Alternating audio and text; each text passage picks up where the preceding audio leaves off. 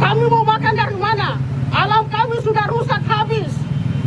Burung-burung di udara, bahkan sampai binatang yang di bawah tanah sudah digusur. Buaya, rusa itu tidak ada lagi. Jadi kamu mau jadi apa? Anggap saja kami sudah mau mati. Masyarakat adat Papua menentang kelanjutan proyek strategis nasional food estate atau lumbung pangan seluas 2 juta hektar di Merauke oleh pemerintahan Prabowo Gibran.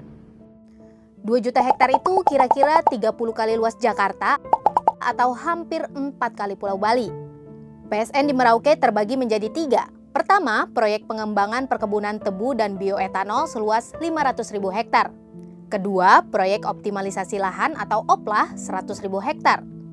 Ketiga, proyek cetak sawah baru yang dikelola Kementerian Pertahanan dan Kementerian Pertanian dengan lahan seluas 1 juta hektar. Ini bukan kali pertama masyarakat adat Papua menggelar protes menentang proyek itu. Yasinta dan warga lainnya sudah berkali-kali melakukan aksi demonstrasi mempertanyakan proyek itu ke Kepala Daerah, Majelis Rakyat Papua Selatan, DPRD Kabupaten Merauke, hingga Keuskupan Agung Merauke. Tapi mereka mengaku tidak didengar.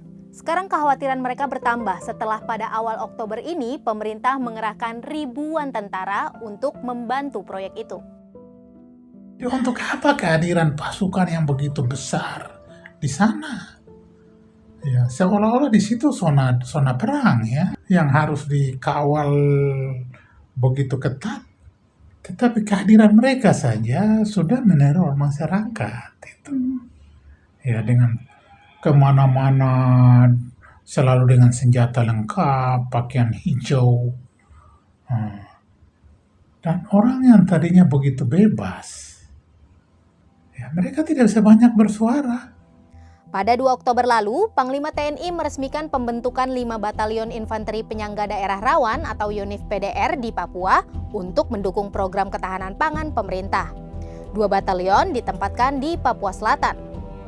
Kantor Berita Antara menyebut jumlah prajurit yang ditempatkan di Papua Selatan mencapai lebih dari 1.300 prajurit. Jumlah itu di luar satuan tugas pengamanan yang sebelumnya sudah dibentuk di Bumi Cendrawasih.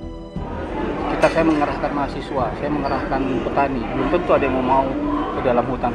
Yang mau sana ya dengan gerakan dengan pasukan yang ada.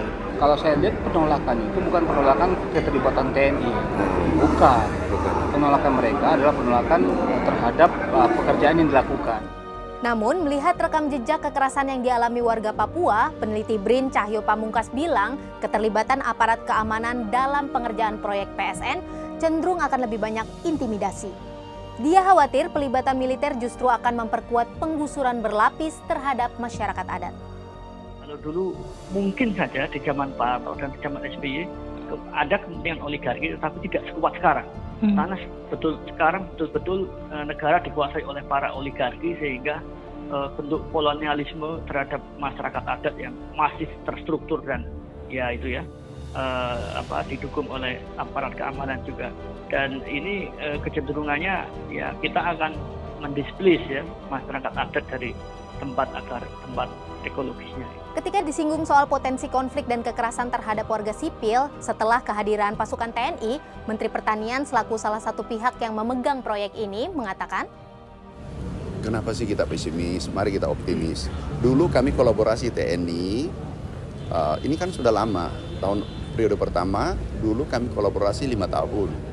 Yayasan Pusaka Bentala Rakyat mencatat pada November 2023, Menko Perekonomian menambahkan Merauke dalam daftar proyek PSN. Pada Juli 2024, saat Joko Widodo masih menjabat sebagai presiden, dia melakukan penanaman tebu pertama di salah satu lokasi proyek. Pada akhir September, Dewan Pakar Tim Kampanye Nasional atau TKN Prabowo Gibran, Derajat Wibowo, pernah bilang Presiden terpilih Prabowo Subianto akan memindahkan food estate dari Kalimantan ke Merauke. Salah satu alasannya karena tanah Kalimantan dianggap kurang subur.